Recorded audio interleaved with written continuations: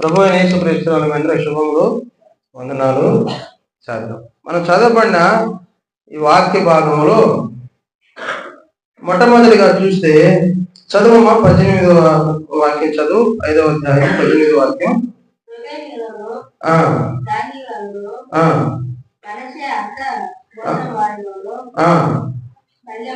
బల్యమును ఖడ్గమును అంబులు వేయుటకును నేర్చిన వారు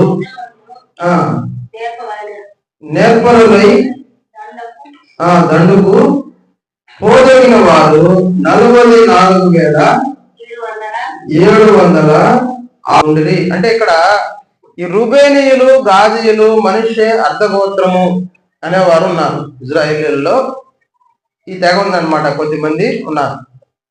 అంటే వీళ్ళందరూ కూడా ఏం చేస్తున్నారు అని అంటే 44,760 మంది, అంటే 40,000 మంది అంతేనమ్మా. 44,000 అంటే 40,000 మంది పైన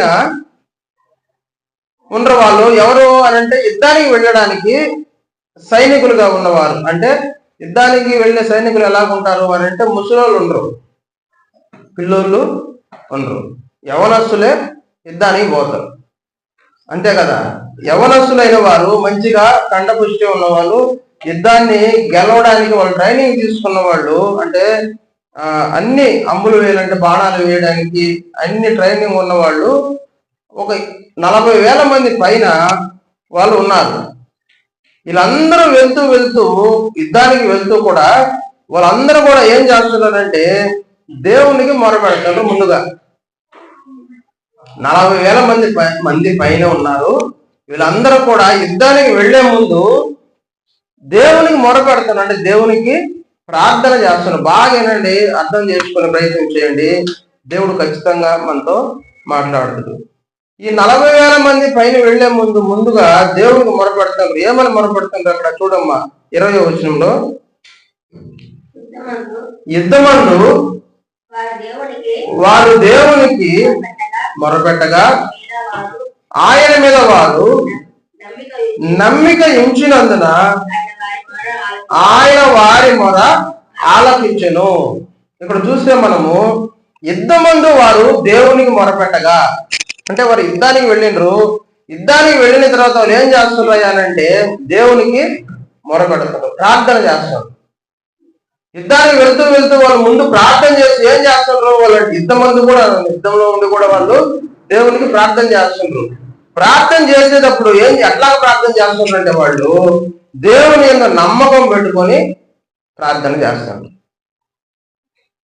ఏంది నమ్మకం పెట్టుకొని ఉండరు? ఇజ్రాయేలీల దేవుడు కునుకడు, నిద్రపోడు. ఆయనకి ప్రార్థన చేసి ఆ ప్రార్థన ఖచ్చితంగా ఆలపించి యుద్ధమందు మాకు జయమిస్తుడు, శత్రువులు ఎందు మాకు జయమిస్తుడు, శత్రువుల చేతికి మమ్మల్ని అప్పచెప్పుడు, ఆయనే మమ్మల్ని వాడిని పట్టుకునేలాగా చేస్తాడు అని ధైర్యంగా నమ్మకంగా వాళ్ళు ఏం చేస్తున్నారంటే యుద్ధానికి వెళుతూ లేకపోతే యుద్ధంలో ఉండి కూడా వాళ్ళు దేవుడికి ప్రార్థన చేస్తున్నారు. నమ్మికతో ప్రార్థన. ఏం చేయాలి, ఏం చేస్తున్నారు వీళ్ళంటే నమ్మకంతో ప్రార్థన చేస్తున్నారు.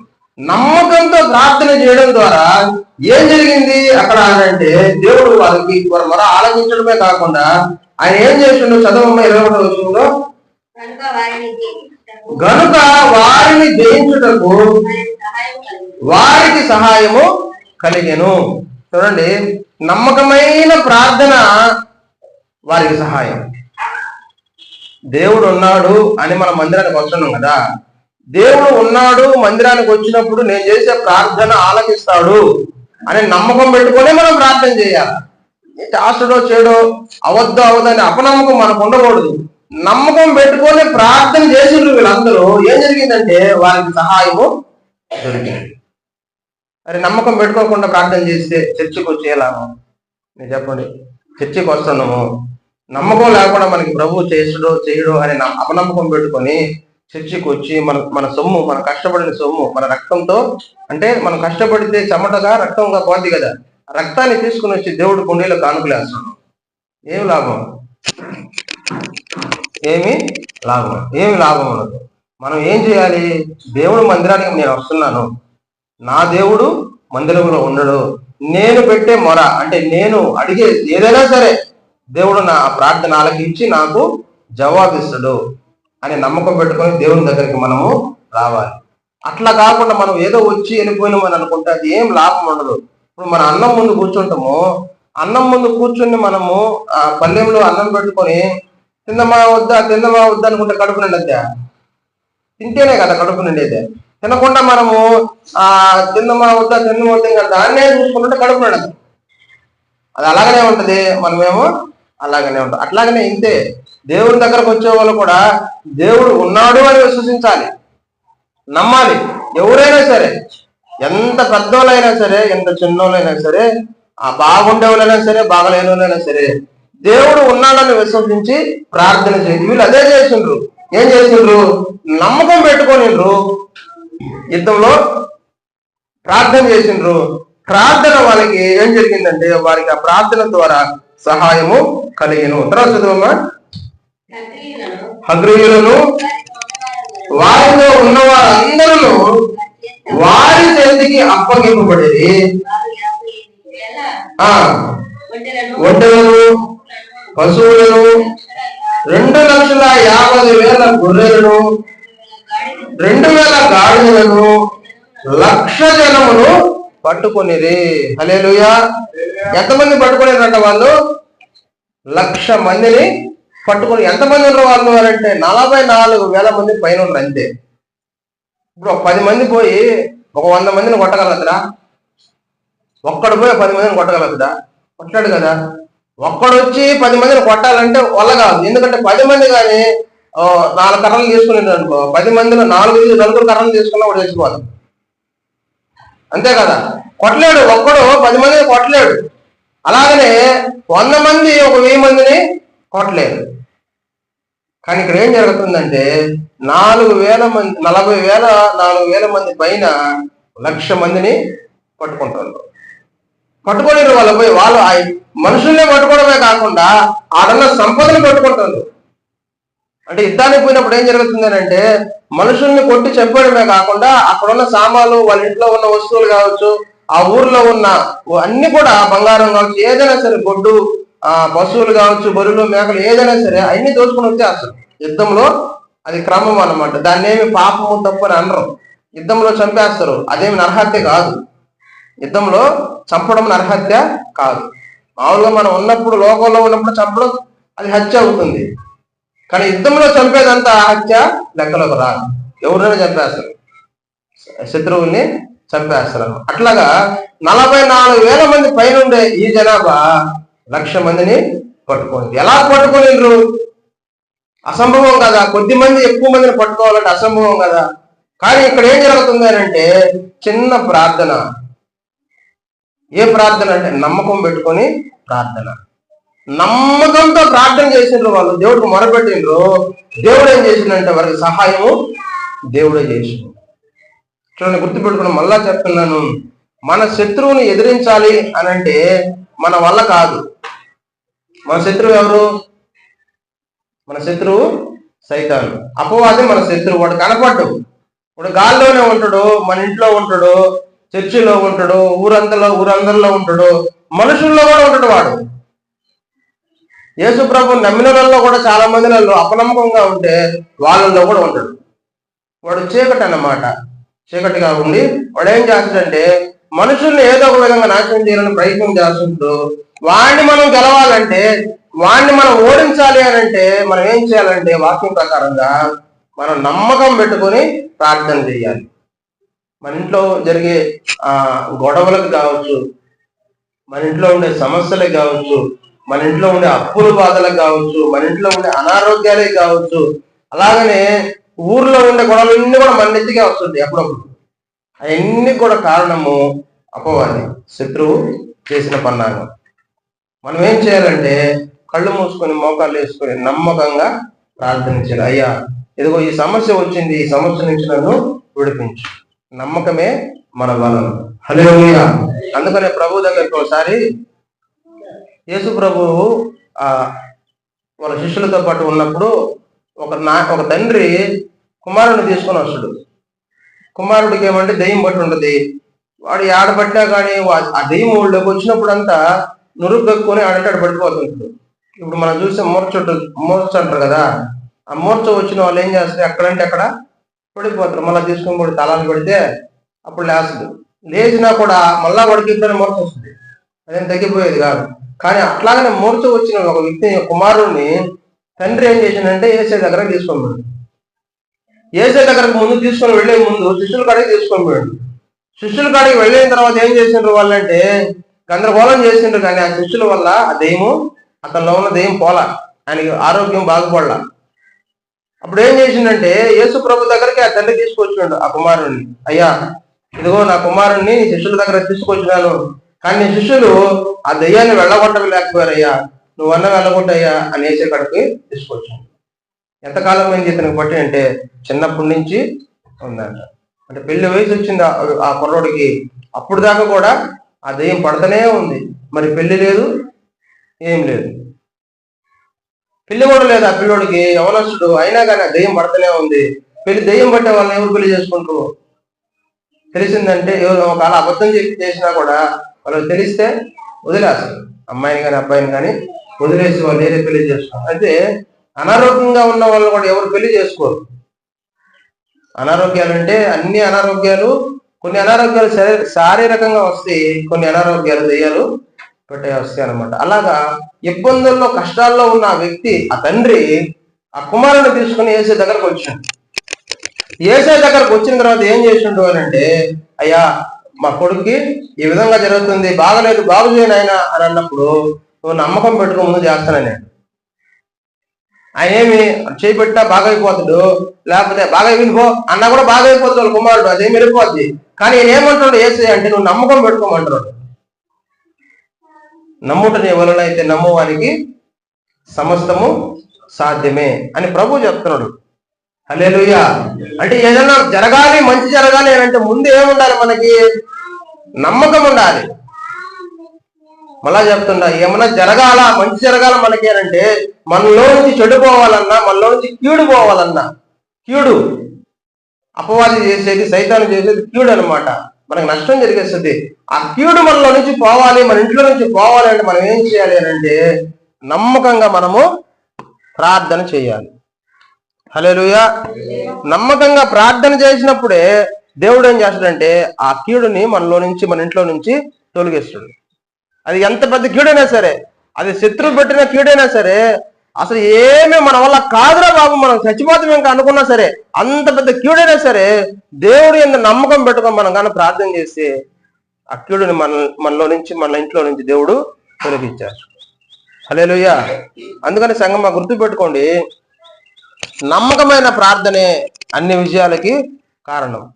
నువ్వు ఉపవాసం ఉండి ప్రార్థన చేస్తావా నీ ఇష్టం, మామూలుగా ఉండి ప్రార్థన చేస్తావా నీ ఇష్టం, ఏ విధంగా ఉండి ప్రార్థన చేసినా సరే నమ్మకం పెట్టుకొని ప్రార్థన చేయాలి. ఆ విధంగా నమ్మకం పెట్టుకొని ఇక్కడ ఉండే రూబీనీయులు కావచ్చు, గాదీయులు కావచ్చు, మనిషి అర్ధగోత్రపు వాళ్ళు కావచ్చు, నమ్మకం పెట్టుకొని ప్రార్థన చేసిండ్రు. అప్పుడు ఏం జరిగిందయ్యా అంటే వారికి సాధ్యం కానిది సాధ్యమైంది.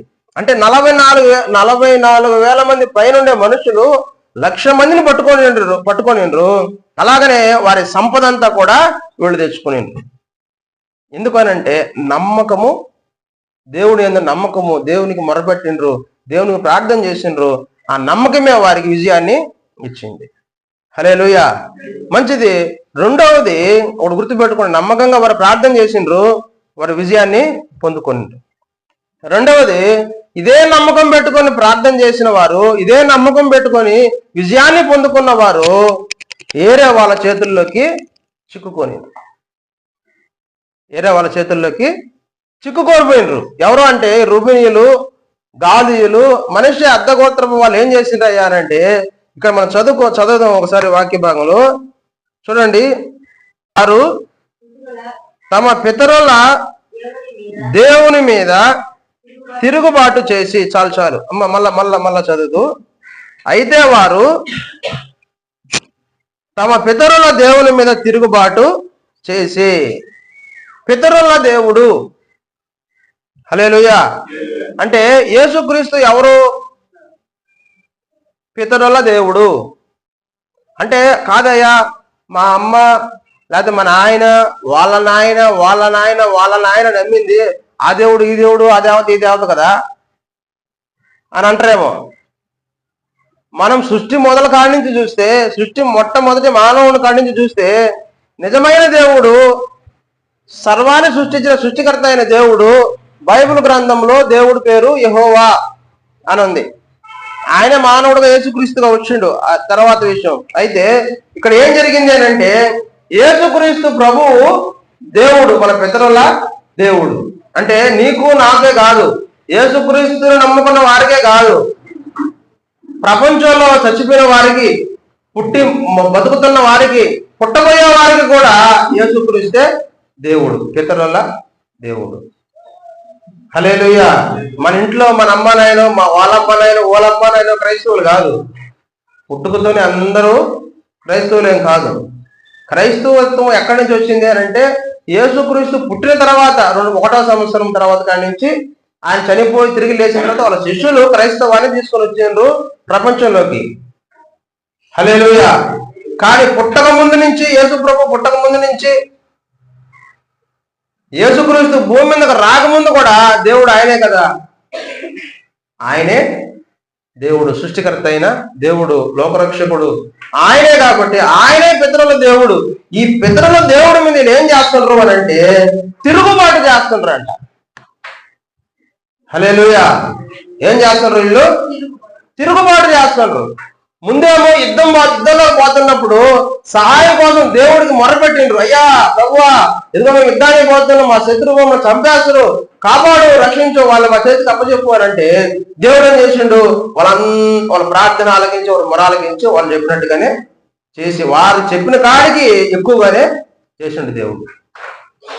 కానీ వీళ్ళేం చేస్తారు మళ్ళా అంటే, దేవుడికి తిరుగుబాటు చేస్తారు.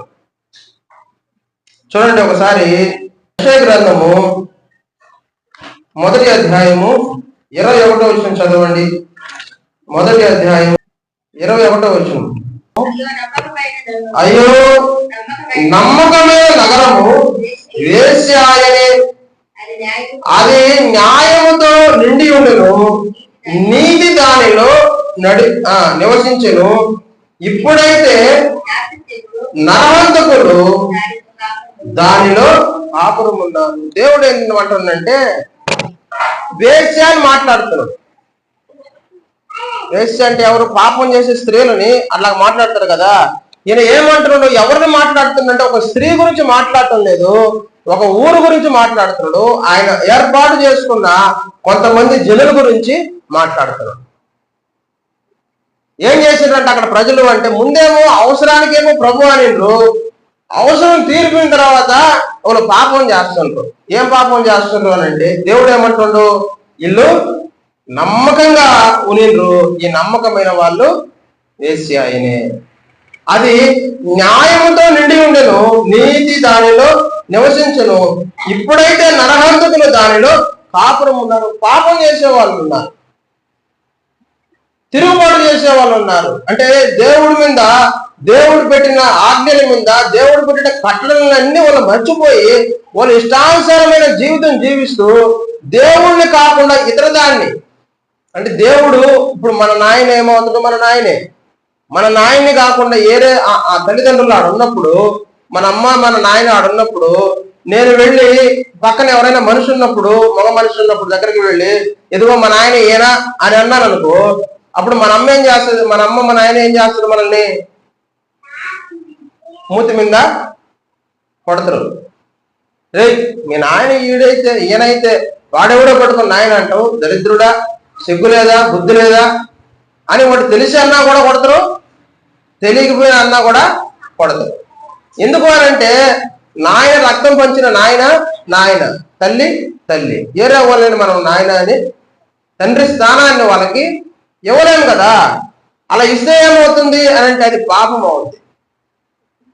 ఇప్పుడు చూడండి, సృష్టికర్త ఒక ఆయన, మానవుణ్ణి ఆయన రూపంలో మట్టితో చేసింది ఒకే ఆయన, అన్ని తయారు చేసింది ఒకే ఆయన, అన్ని తయారు చేసిన ఒక ఆయన, భాషలు మార్చింది కూడా ఆయనే, తర్వాత వెళ్ళిపోయినరు ఎవడోళ్ళు ఆడ లోకంలోకి వెళ్ళిపోయినరు. తర్వాత ఆయనే మానవుడిగా భూమి మీదకి వచ్చి చనిపోయి మరలా లేవడం జరిగింది, లేదా తండ్రి అయిన దేవుడు ఆయన లేవడం జరిగింది. అయితే ఇవన్నీ తెలుసుకొని కూడా ఏం చేస్తున్నారు వీళ్ళంటే వేరే రకంగా మారిపోతారు.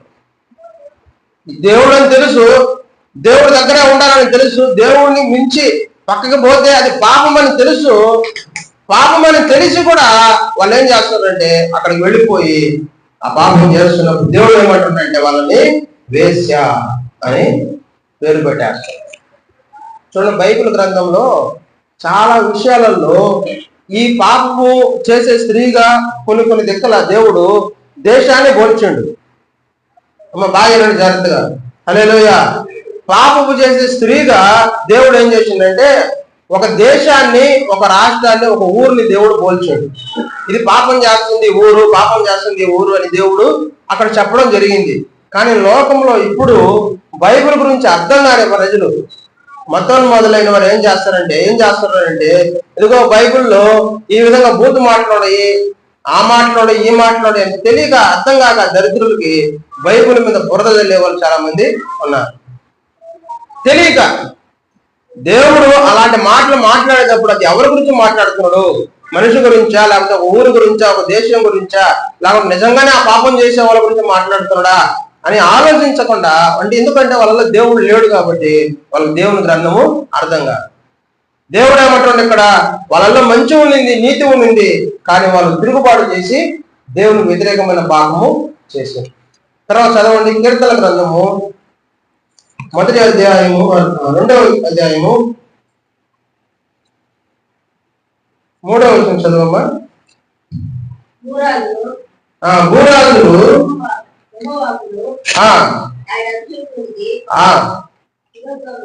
విరోధముగా నిలబడుచున్నారు, ఏలికలు ఏకీభవించి ఆలోచన చేయుచున్నారు. చూడండి, ఇక్కడ భూరాజులు అంటే రాజులు అందరూ, అధిపతులుగా ఉన్నవారు రాజులు అందరూ కూడా ఏం చేస్తున్నారంటే యెహోవా మీదను, ఆయన అభిషిక్తుడి మీదను, అంటే తండ్రి మీదను, ఆయన కుమారుడైన యేసుక్రీస్తు మీద కూడా ఏం చేస్తున్నారంటే వాళ్ళు విరోధంగా మాట్లాడుతుండ్రు, తిరుగుబాటు చేస్తుండ్రు. ఎవరి మీద చేస్తుండ్రయ్యా వాళ్ళు అంటే వాళ్ళని సృష్టించిన సృష్టికర్త అయిన దేవుడి మీదే వాళ్ళు తిరుగుబాటు చేస్తుండ్రు అనమాట. ఎందుకు చేస్తున్నారు అంటే దేవుడి గురించి వాళ్ళకి సంపూర్తిగా అవగాహన లేకపోవడం. కేవలం బైబిల్ చదువుతుండ్రు, దేవుని గ్రంథాలు చదువుతుండ్రు, లోకంలో కూడా అంతే చాలా గ్రంథాలు ఉన్నాయి, అన్ని చదువుతుండ్రు, కానీ యేసుక్రీస్తు గురించి తెలుసుకోలేకుండ్రు. మళ్ళీ ఆయన మీద ఏం చేస్తున్నారు అంటే వీళ్ళు తిరుగుబాటు చేస్తుండ్రు. చూడండి, యేసు ప్రభు గురించి చెప్తుంటే కొంతమంది కొట్టడాలు తిట్టడాలు ఆయన చేస్తున్నారు కదా, అట్లాగా తిరుగుబాట్లు చేస్తున్నారు అనమాట. ఇక్కడ ఎవరి గురించి మాట్లాడుతుంది వాక్యం అంటే తండ్రి గురించి, అలాగనే ఆయన కుమారుడైన యేసుక్రీస్తు గురించి. ఏం చేస్తున్నారు వాళ్ళు అంటే ఏలికలు ఏకీభవించి ఆలోచన చేయుచున్నారు. అంటే పెద్దలు, ఏలికలు అని అంటే పెద్దలు, భూరాజులు, రాజులతో కూడా వీళ్ళందరూ కలుసుకుని ఏం చేస్తున్నారు అంటే ఏకీభవించి ఆయన మీద తిరుగుబాటు చేస్తారు.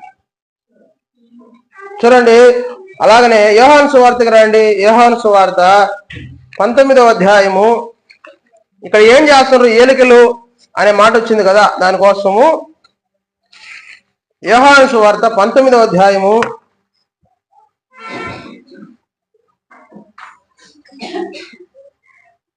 14వ వచనం చదవమ్మా. ఆ దినము పస్కాను సిద్ధపరచు దినము, అప్పుడు ఉదయము 6 గంటలు కావచ్చును. అతడు ఇదిగో మీ రాజు అని యూదులతో చెప్పగా, అందుకు వారు ఇతనిని సంహరించుము సిలువ వేయము అని కేకలు వేసిరి. పిలాతు మీ రాజును సిలువ వేయుదునా అని వారిని అడుగుగా, ప్రధాన యాజకులు కైసరు తప్ప మాకు వేరొక రాజు లేడనిది. అప్పుడు సిలువ వేయబడుటకై అతడు ఆయనను వారికి అప్పగించెను. చూడండి, ఇక్కడ యేసు ప్రభు సిలువ వేసే ముందు జరిగిన సంఘటనలు. అమ్మ నా సాజులు అందరూ, యేసు ప్రభుకి సిలువ వేసే ముందు జరిగిన సంఘటనలు ఏంటంటే యేసు ప్రభుని తీసుకుని వెళ్ళి ఆ పిలాతు అనే అధికారం ముందు నిలబెట్టినప్పుడు యేసు ప్రభు గురించి ఆయన మాట్లాడుతున్నాడు. ఇదిగో మీ రాజు ఈయన్ని మేము సిలువ వేసామా, ఈయన ఎందుకు చంపాలి, ఈయన మంచోడు కదా, ఈయన తీసుకొని పోండి మీరు అని అంటే, లేదు లేదు మా రాజు కైసరే గాని ఈయన మా రాజు కాదు. అంటే అక్కడ ఏలికలు ప్రధాన యాజకులు అంటే ఎవరు? పెద్ద సేవకులు. ప్రధాన సేవకులు అంటే దేవుని మందిరంలో వాళ్ళు సేవ చేసేవాళ్ళు. వాళ్ళు ఏం చేస్తున్నట్టు ఏలికలు పెద్ద పెద్దలందరూ కలిసి యేసు ప్రభుకి సిలువ వేయండి అని కేకలు వేస్తాడు. ఎందుకంటే యేసు ప్రభు గురించి వాళ్ళకి తెలియలేదు. అందుకనే మనం చదువుకున్న కీర్తన గ్రంథంలో యెహోవా మీదను ఆయన అభిషిక్తుడి మీదను ఏలికలు ఏకీభవించి హల్లెలూయా. చూడండి సంగమా, దేవుని పిల్లలారా, దేవుడు కుమారుడుగా పుట్టిన యేసుక్రీస్తు మీద వాళ్ళందరూ ఏకీభవించి, అంటే అప్పటికప్పుడే ఏకీభవించి ఆయన చంపడానికి ప్రయత్నం చేస్తారు, తిరుగుబాటు చేస్తారు. తిరుగుబాటు చేసే ప్రజలు ఏం జరిగింది ఇక్కడ మనం చూద్దాం ఒకసారి. మనం నేర్చుకున్న దినవృత్తాంత గ్రంథం మొదట్లోకి రాని, మళ్ళా 5వ అధ్యాయంలోకి. వాళ్ళందరూ ఏం చేసిండ్రట అక్కడ? అయితే వారు తమ పితరుల దేవుని మీద తిరుగుబాటు చేసి దేవుడు తమ ముందర నాశనము చేసిన జన సమూహముల దేవతలతో వ్యభిచరించిరి. చూడండి, దేవుడు ఏం చేసిందంటే, ఈ ప్రజలు ఎవరైతే గాదీయులు, రుబీనీయులు, మనిషి అర్ధగోత్రం వాళ్ళు, అయ్యా మేము యుద్ధానికి పోతున్నాం, మమ్మల్ని వారికి పట్టించని వీళ్ళు ప్రార్థన చేసి మొరపెడితే దేవుడు ఆలకించి వారికి సహాయం చేసి ఆ దేశాన్ని వాళ్ళకి అప్పచెప్పిండు.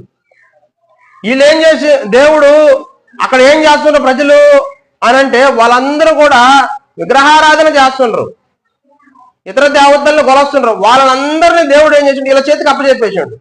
వీళ్ళు వెళ్ళేసిండ్రు, వాళ్ళని పట్టుకొనిండ్రు, వాళ్ళల్లో ఉన్న పశువుల్ని, గొడ్లని, మేకల్ని, గొర్రెలు పట్టుకొనిండ్రు, 1,00,000 మందిని జనాభాను పట్టుకొనిండ్రు, వచ్చేసిండ్రు.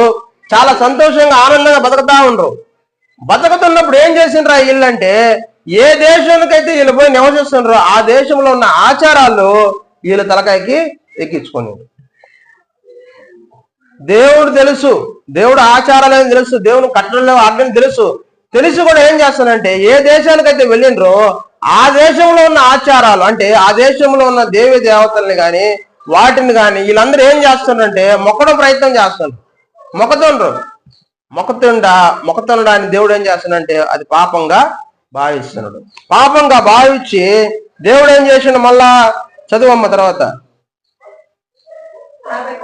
కాబట్టి ఇజ్రాయేలీయుల దేవుడు అష్షూరు రాజు అయిన పూను మనస్సును, అష్షూరు రాజు అయిన తిగ్లత్పిలేసెరు మనస్సును రేపగాతడు రుబేనీలకు, గాదీయులకు, మనుష్య అర్ధగోత్రముల వారిని చెరపట్టి నేటికి కనబడుచున్నట్లుగా హాలోహునకును, హాబోరునకును, హారాకును, గోజాను నది ప్రాంతములకును వారిని కొనిపోయాను. అంటే వీళ్ళందరూ ఏం జరిగిందంటే, మళ్ళా ఏ దేశానికైతే పట్టుకొనిండ్రో మళ్ళా దేవుడు ఏరే రాజుల్ని లేపి వారిని వీళ్ళ చేతికి అప్పచెప్పేసి వీళ్ళందరూ కూడా మళ్ళా బందీకాలంలోకి వెళ్ళిపోయింది.